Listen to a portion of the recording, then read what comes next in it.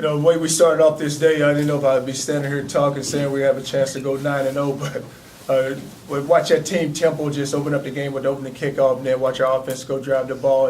And just defensively, we didn't play well. We're just missing too many tackles. They were able to run the ball effectively the first half. Then you watch the second half, we come out, it's a totally different defense.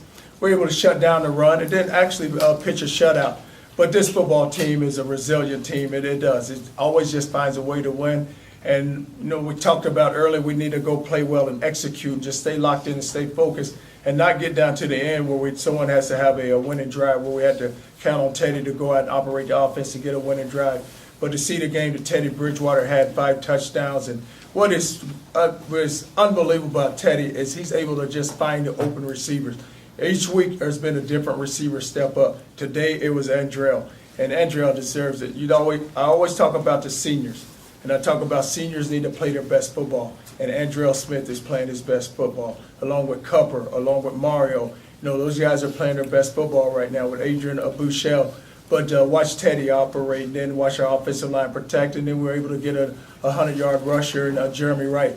But on the defensive side of the ball, we were able to come up with the turnovers, and then we were able to just go stop the run. I know they rushed for a lot of yards, but we made them one-dimensional. They couldn't throw the ball that well, so we were able to just lock in and just make sure that we stayed in our gaps in the second half and then go tackle.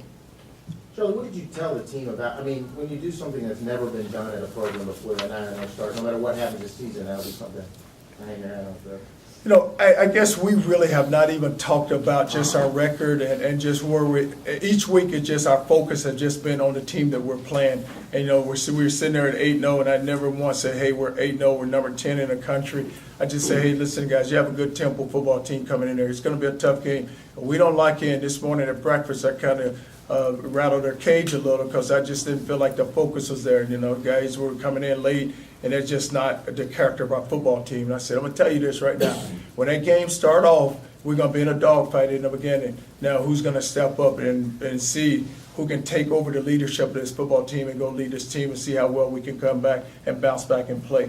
And that's what we're able to do. To be 9-0, what does it mean for you personally, for the program? This is a historic moment, something that's never happened before. Well, I just look at it with our program that we still, you sit here at 9-0, and we still not anywhere near where we should be. You look at that game today, and you start that game off, you're like, oh, God, that's an 8-0 football team out there playing. And I couldn't believe it was. But just to watch it, that there's so much to teach from, so much to learn from today's game. And it's good because you don't want guys to get full of themselves. You don't want guys to start thinking, hey, we're 9-0, we're really good. No, we're not a really good football team. I could take 2 or 3 plays out of this game, and I can show you guys that we're nowhere near where we should be. Coach, the team's getting behind some in the opening half of games. Is there any strategy on how to give them a jump start? Well, the strategy is let a team get ahead and let us come back. I think we're good for playing from behind. But you watch that game, the start of that game, and we give up that opening kickoff, but then we were able to come back and answer, then they go up, but we were able to get the lead coming in at halftime. But it's just that our team never panicked. We sit there and say, hey, it's a 60-minute game, just continue to play, good things that happen, we'll make it happen. Somebody will make a play. And right now, the player who's making those plays is over on the offensive side of the ball for us. You mentioned Andrell. What's the difference in him? Why is he playing so much better lately in this year? Well, if you take guys and you watch them just develop and grow up, and I think that's what's happened with him. He's grown up, and now he's a senior, and he wants. And I told our seniors, I said, it's not a large group of seniors, but I would love for you guys to just leave your mark on the program, just leave your stamp on this program, and that's what they're doing. You look at Cup, you look at Mario, you look at Stein, look at Bouchel, you look at Andrell. It's just a group of guys' names that I've called. But Hauser, but the guys that they're contributing to the program right now. Andrell's pretty quiet when we're around. Is he like that all the time? What's he like? No, he's very quiet, very soft-spoken, doesn't say anything, but just works. But, the thing you like about him, you look at his body, he's big and he's physical, and it's hard to tackle him. You look at that throw we made down there in the end zone and where he stepped out of bounds, they didn't even get him down. And that happens at practice. They can't get him down. And I can remember one day we was doing a tackling drill out there, and I can't remember who it was, but one of the DBs was chirping to another smaller receiver. And I said, okay, you keep talking, I'm gonna put Andrell in. And I can't remember exactly who the DB was, but he didn't want no piece of that. And then I said, Andrell, he kind of backed away. I said, yeah, I just shut you up. But no, he's very quiet and doesn't say anything, but he just his work ethic, and he just goes about his business and knows exactly what he wants. Can you talk about the play to Hubble when you guys fell behind 14-7 with that big touchdown?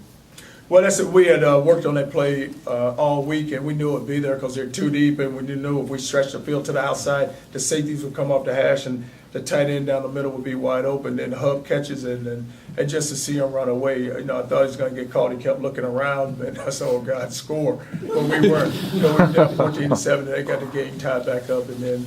But just to see Teddy, but you look at Teddy Bridgewater, he's scanning the field, he pulls his safety here, then he looks left and he pulls his safety, and then he lets it go right down the middle. Is Hubble deceptively fast to you? I mean, he's 6'5" and looks like he'd be kind of lumbering along. No, because he's 6'5", and I think he weighs probably right around 250, not very big.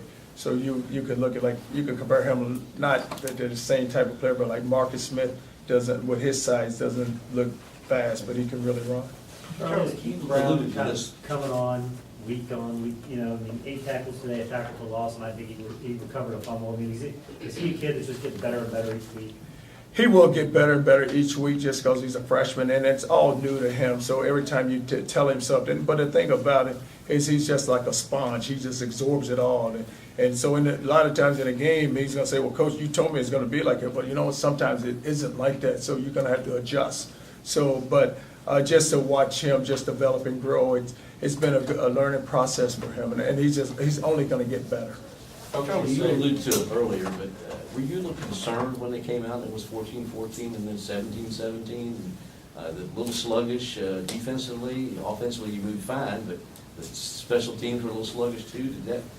No, the only thing about that bothered me on defense is that just the missed tackles. And if you look at the long runs, I think we gave up the quarterback broke down the sideline, our sideline, and we fit the block. One of the defensive linemen runs under a blocker, and when he needs to get over the top to get the ball back inside.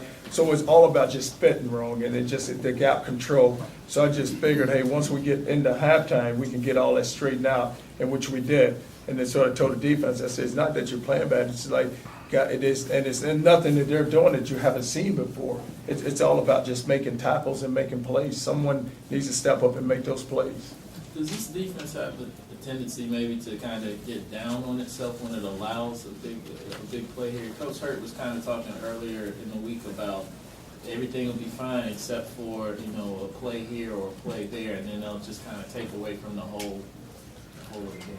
No, they don't get down on themselves. It's just that you're looking for excellence, and you're looking for perfection, and you're looking for all those things as a defense, and you want to be a really good defense. So when big plays happen to you, you kind of it takes back where they're shocked. No, don't be shocked, because those other teams practice also. So some teams, I said, look what our offense does to defenses. So some people are going to be able to come in and find a player too, and they're going to be able to exploit you. But can we bounce back and go make a play, go make the stop at the right time?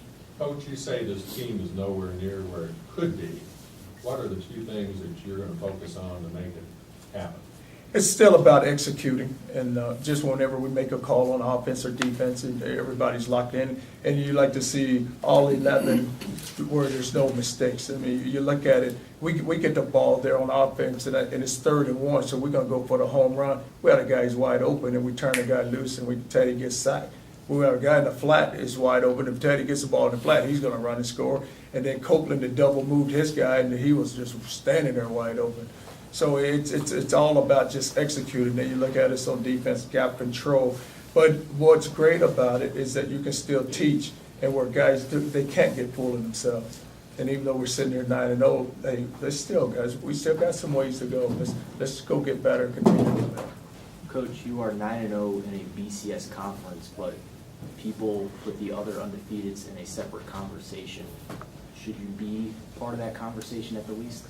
Well, I think that what happens because we're not a part of that conversation, people just look at our conference. But you look at it, I mean, who's to say, when you look at those undefeated teams and those other conferences, I mean, take us and go play some of those people and let's see where we stand and where we fall. And let some know, you look at it, I mean, Virginia Tech's they played who Cincinnati beat them, and someone else in our conference beat them. I think Rutgers, Pittsburgh or someone. And so, I try not to get caught up in that because people have their perception about the conference already. So, but the only thing we can do is continue to play better each week and get better each week. And maybe, at the end of the day, we find out where we end up at. Had some shuffle on that defensive line with Brown and Malden and DeBose. Can you talk about how that's been shuffling and who's been stepping up there?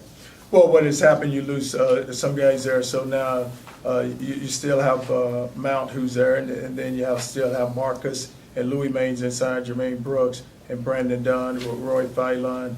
And so we have enough bodies there where we're not hurting, so it's just we're going to have to shuffle them around. Some people, it's that time of year where you're going to have anywhere from 6 or 7 offensive linemen, 6 or 7 defensive linemen. So it's all about rotating them and just finishing the game and getting them through the game and being smart how you play them. What's DeBose's status? DeBose is he's suspended right now, so Charles Gaines was not out there. Gaines is suspended right now also. Will they be back for Syracuse? I have not made that decision. Coach, everything said about the defense, take away the opening kickoff, you guys allowed 10 points. So how well did the defense play today or not? It's just that you look at it and we were able to allow them to continue drives because of the missed tackles. And anytime you get a team, you look at it, okay, it's 1st and 10, and it was a quarterback throwback where we didn't cover one time, and then there were the different variations, up but we just have to tackle and we have to stay in our gaps and make sure that everyone knows how to fit the ball, keep the ball inside and in front, and don't allow the ball to get to the outside where we can rally to the ball. Make people run sideways. Don't let a back run downhill. Make a back run sideways because we have enough speed to go run them down. Are you concerned about the special teams coverage? It's now a continuing problem every year.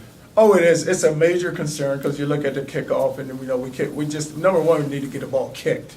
You look at some people, they're able to kick the ball out of the end zone. Our balls fall anywhere from the 15-yard line to the 5, but we have to do a better job of kicking the ball. Then it doesn't. Once it ends up where it does, we have to do a better job of just going down the cover. All right, guys? All right. Thank you.